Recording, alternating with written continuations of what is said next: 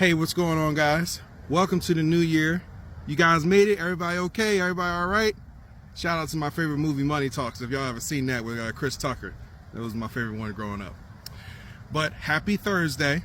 So today we're going to talk about this year. The first thing you need to focus on getting rid of is toxic people. Okay, so let's jump right into this.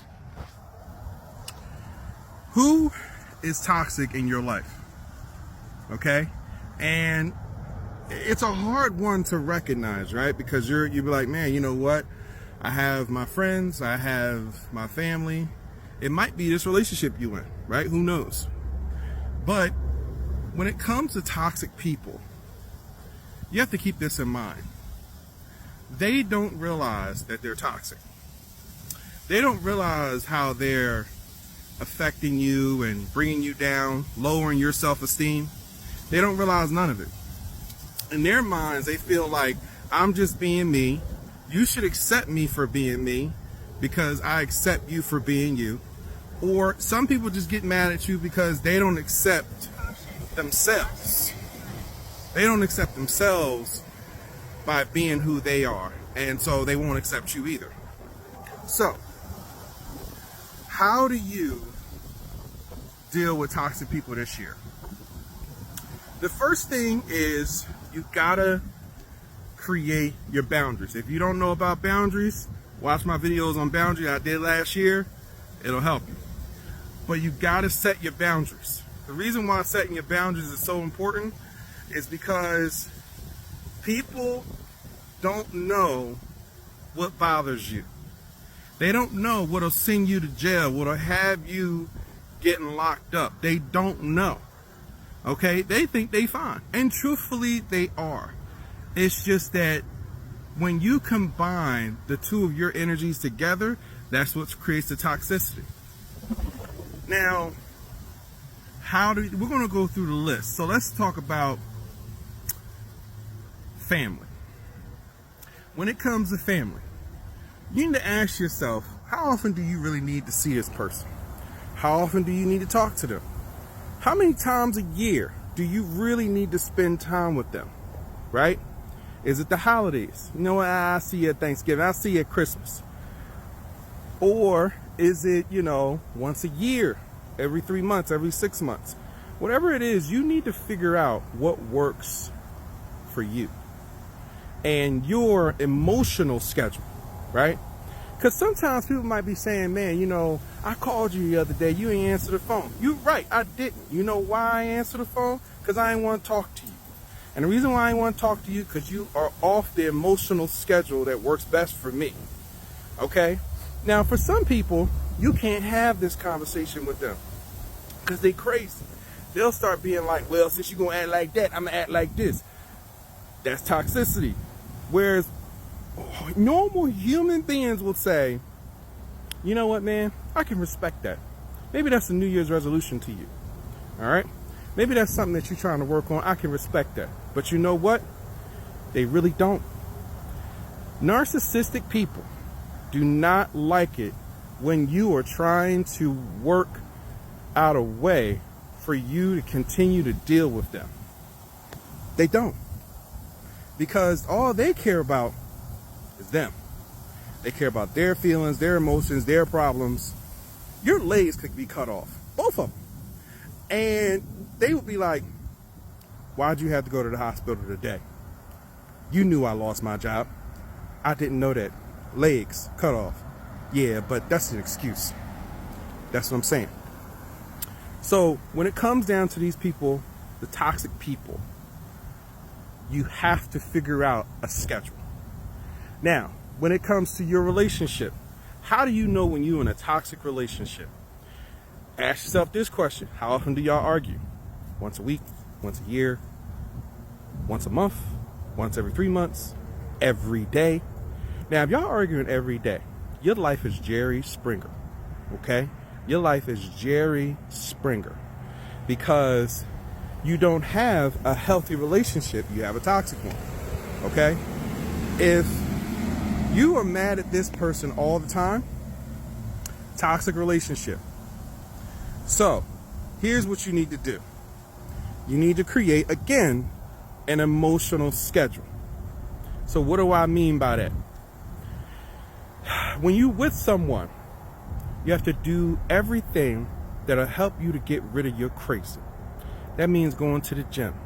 That means there's a thing called a rage room. You know why they created that? For crazy people, or for people who are dealing with crazy people. So if you go to a rage room, that they give you a little sledgehammer, a little thing, cover you up and everything like that, and you can just let out your rage. Just rah, rah, rah, rah. You can let it all out, right? Or get up early in the morning, meditate, pray to God, pray to whoever you believe in, but just pray, meditate, clear your energy out before you talk to this person, okay? And the other thing you need to figure out is, how long do you got, right? Because the truth is, some relationships and some people you deal with, they might bring out the toxicity in you. You might be toxic. You know what I mean? People that I probably dealt with where I felt like, man, you know what? I'm a nice person. I'm a good person, God-fearing man. I try to do the right thing by people. Cool. But you meet this one person, all of a sudden, man, you be like, man, like, I'm really crazy. Like, I'm really going through some stuff. Is this really me? Or is this like them? Which one is it? And the truth is both of y'all. See, when you bring people together, right? When you bring a person who's not afraid to argue with you in public, with a person who would rather have a conversation, like, hey, how are you feeling? Does this bother you? I'm sorry, I apologize. Versus a person who's like, I don't care who around, we're gonna do this today. Yeah, right here, right now. We're in a church. Who cares? Who cares? Let Jesus see. Again, some people are just like that. And so what you have to keep in mind is that when you're dealing with people, sometimes you will bring the crazy out in them, and they'll bring the crazy out in you. And so how do you know what your crazy is? Well, ask yourself what you grew up watching when you were younger. Did you watch a lot of Jerry Springer, a lot of Maury? You're Not the Father. Did you watch that growing up? Did you watch, what was it, Ricky Lake? Did you watch Montel? Did you watch, these are old shows.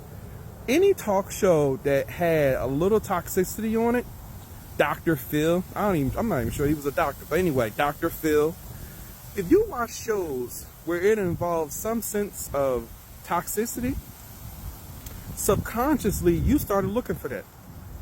You was like, man, I wonder what it's like to find a girl who will have 10 baby daddies, but say that I'm the dad. What would that be like? Let me see what that relationship is. Or for ladies, you might be like, man, I'm looking for a man who's emotionally crazy. Yeah, I love him. Something about it. He got out of jail yesterday, got locked up today. Spicy, right? So you are looking for someone like that. Now you might be in a relationship with that person right now. And you're like, man, I can't deal with this every day. It was cool, like, it was fun. But now he getting locked up like every day. I feel like he Akon. I'm locked up. They won't let me out, right?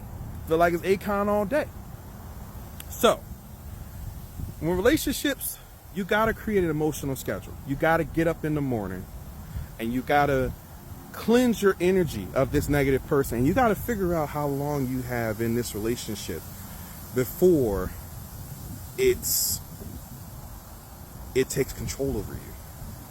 Now, when it comes down to your friends, some people, they're going to be in your life. They're going to be in your life no matter what, because they've been a long-term friend. Now what you have to do is you have to figure out, how often are you going to deal with this person? Every day?